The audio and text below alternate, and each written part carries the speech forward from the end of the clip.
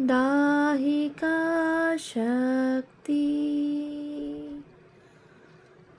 रामकृष्णे स्थिता हिया सर्वविद्या स्वरूपान्ता शारदां प्रणमाम्यहम्।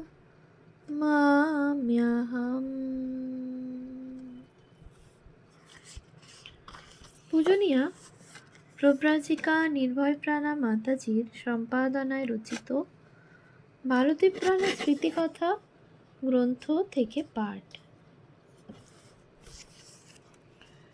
পৃষ্ঠা সংখ্যা 273। সন্ন্যাসিনীদের স্মৃতিচারণ। প্রব্রাজিকা প্রেম প্রাণা। আর একদিন রাতের ক্লাসে পড়া চলছে। পুরুষচরণের কথা উঠল। প্রসঙ্গক্রমে মা বললেন, পুরুষচরণ অনেক রকম আছে। কাশীতে যখন ছিলাম একদিন চলে যেতাম দশাশ্বমেধ ঘাটে, হরিশ্চন্দ্র ঘাটে ও মণিকর্ণিকায়। ঠিক করে নিতাম আজ এত জপ করব। সেই জপ শেষ করে উঠে আসতাম। তাতে কখনো কখনো রাতও হয়ে যেত। একবার মণিকর্ণিকার শ্মশান ঘাটে সিঁড়িতে বসে এই রকম জপ করে যখন উঠে আসছি, রাত্রি হয়ে গেছে। অন্ধকার, সামনে নিচু। একসঙ্গে অনেক লোক সেখানে বসেছিল। হন হন করে আসছি দেখে সেই লোকগুলি চিৎকার করে ওঠে, মাইজি গিয়ে যাওগে। তখন দেখে শুনে ঠিক পথে নামি। কথা প্রসঙ্গে মনে পড়ে বিদ্যাপ্রাণাজি তখন মঠে গো সেবা করেন। মা বলতেন, বিজলির বিদ্যাপ্রাণাজি বৈকুণ্ঠ লাভ হয়ে গেল। ক্লাসে শরৎ মহারাজের বই পড়া হচ্ছে। বিদ্যাপ্রাণাজি মাকে বললেন, আপনারা তো সব সময় কাছে থাকতেন মহারাজের, কিছু বুঝতে পারতেন না? উনি কিছু বলতেন না? মা একটু থেমে বললেন, কখনো কখনো একটু আধটু বলতেন বই কি, খুব চাপা ছিলেন। শরৎ মহারাজের সম্বন্ধে নানা প্রসঙ্গের পর সকলে তাকে জিজ্ঞাসা করল, ওরা অর্থাৎ শরৎ মহারাজ, গোলাপ মা, যোগিন মা তো খুব ভালোবাসতেন আপনাকে, আপনাকে আশীর্বাদ করেছিলেন? মা বললেন, তা করেছেন বই কি, সকলেই খুব আশীর্বাদ করেছেন, সকলের ভালোবাসাও পেয়েছি। যোগিন মা শেষ সময় বলেছিলেন, আশীর্বাদ করি যেন ইষ্ট লাভ হয়। গোলাপ মা বলেছিলেন, তোমার ভগবান লাভ হোক এই আশীর্বাদ করি।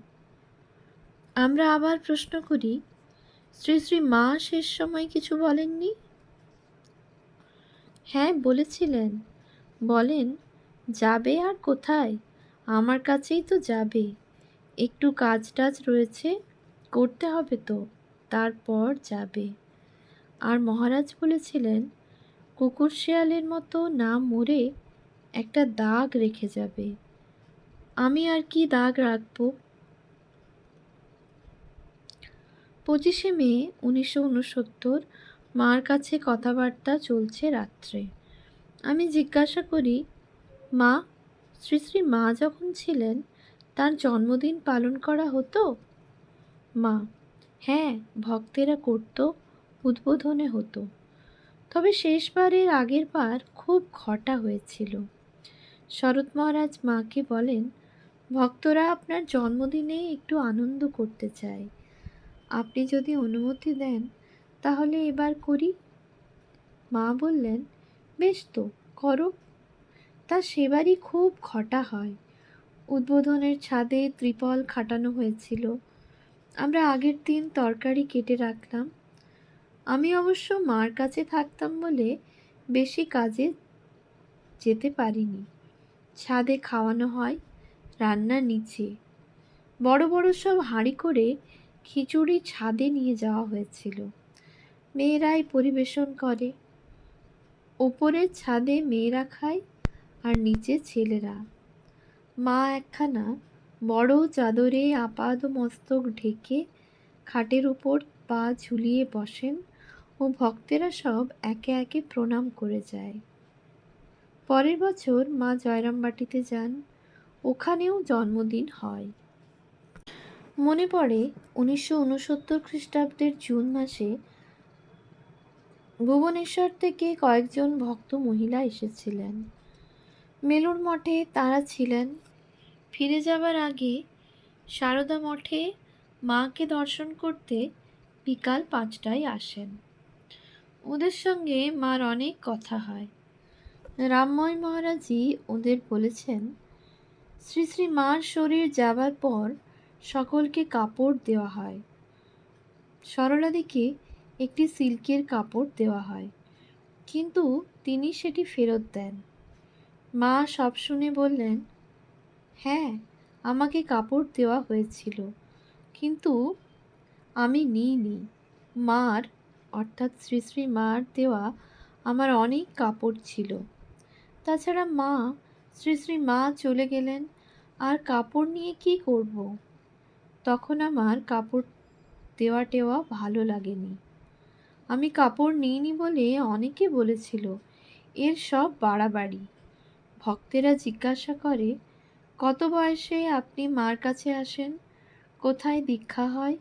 দীক্ষা কার কাছে হয়? শ্রী শ্রী মা বিশ্রাম নিতেন কি না? মা কি করতেন? ইত্যাদি। উত্তরে মা বলেন, জয়রামবাটিতে মার সঙ্গে ছিলাম, উদ্বোধনে ছিলাম ও কাশীতে 1 মাস মার কাছে ছিলাম। আমি মাকে প্রথম দেখি 8-9 বছর বয়সে।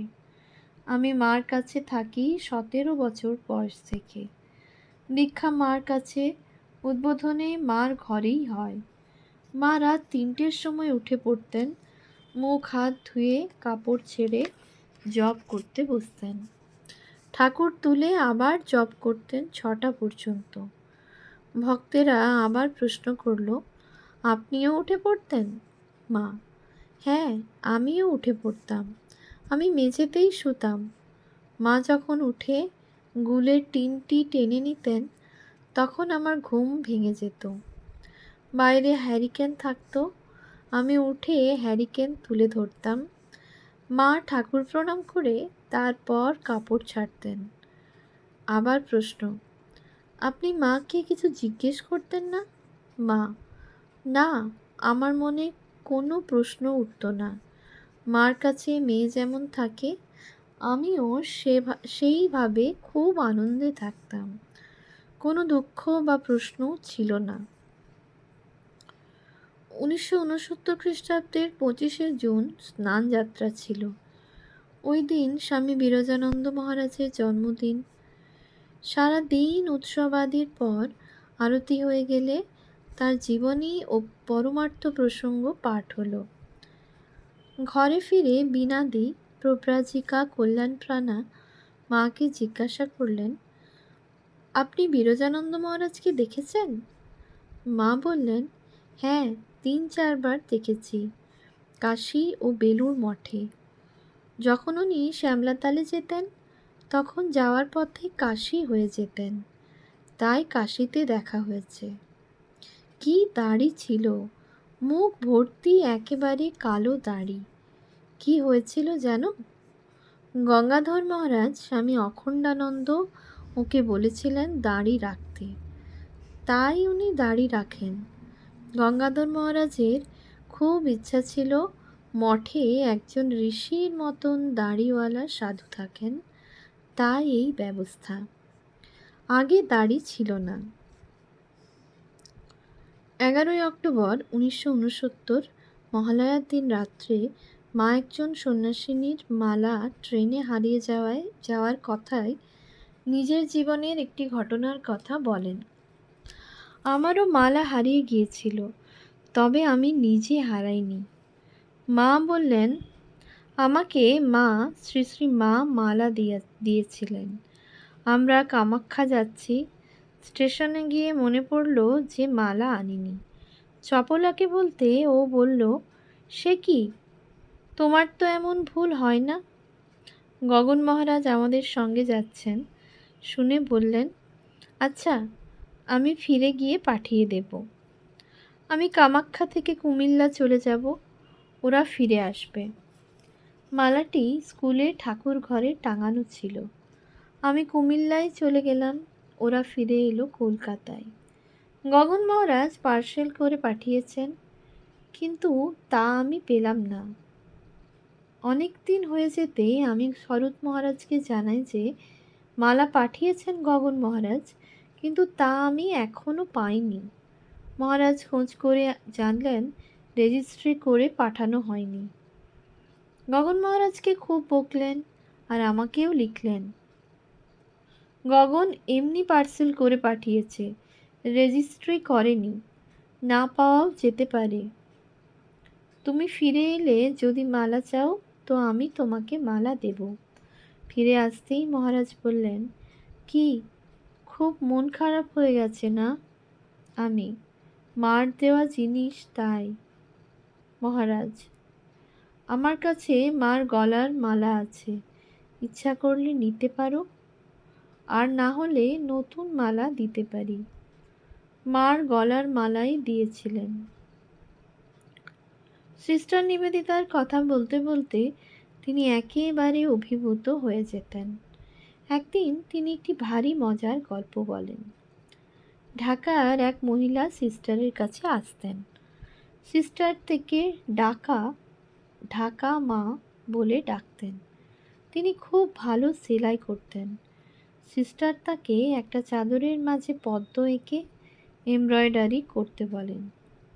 কোনখানে কি কি রঙের সুতো দিয়ে করতে হবে সব বলে দিয়েছিলেন। স্কুলের ঘন্টা পড়ে গেলে ঢাকা মা সিস্টারের ঘরে ঢুকে তার খাটের ওপর ওই বেড কভারটি বিছিয়ে আমাদের ডাকতে লাগলেন, মাইয়ারা সব আইসো, দেখা যাও। সিস্টারের ঘর, আমরা সব উঁকি মেরে দেখছি। ঢাকা মা বলছেন, দেখছো কেমন সুন্দর হইছে, হেই পদ্ম দেখছস না? হেই পৈত্যের উপর বৈশা মহাদেব উষ্ণীনগর কাশী তৈয়ার করছিলেন। আমি একদিন হৃৎপৈত্য ধ্যান করতে করতে দেখলাম। আমরা তো খুব হাসছি। এমন সময় সিস্টার এসে গেছেন। ঘরে ঢুকে নিজের বিছানায় চাদর দেখেই মুখ লাল হয়ে গেছে, রেগে গেছেন। দেখলেন ঢাকা মা ইচ্ছে মতো রং মিলিয়ে সেলাই করেছেন।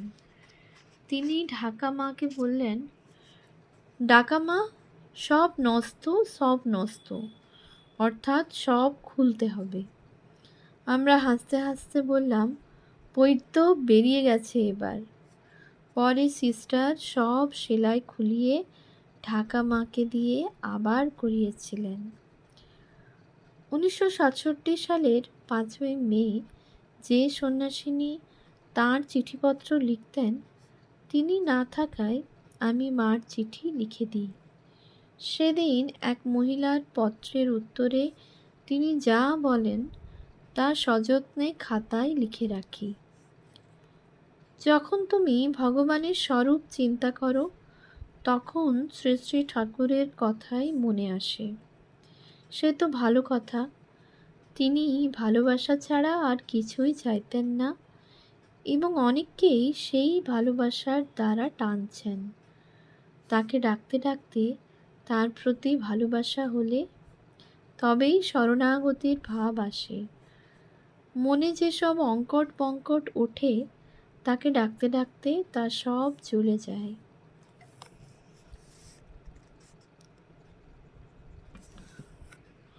ওম শান্তি শান্তি শান্তি। হরি ওম তৎসৎ। শ্রীরামকৃষ্ণার্পণমস্তু।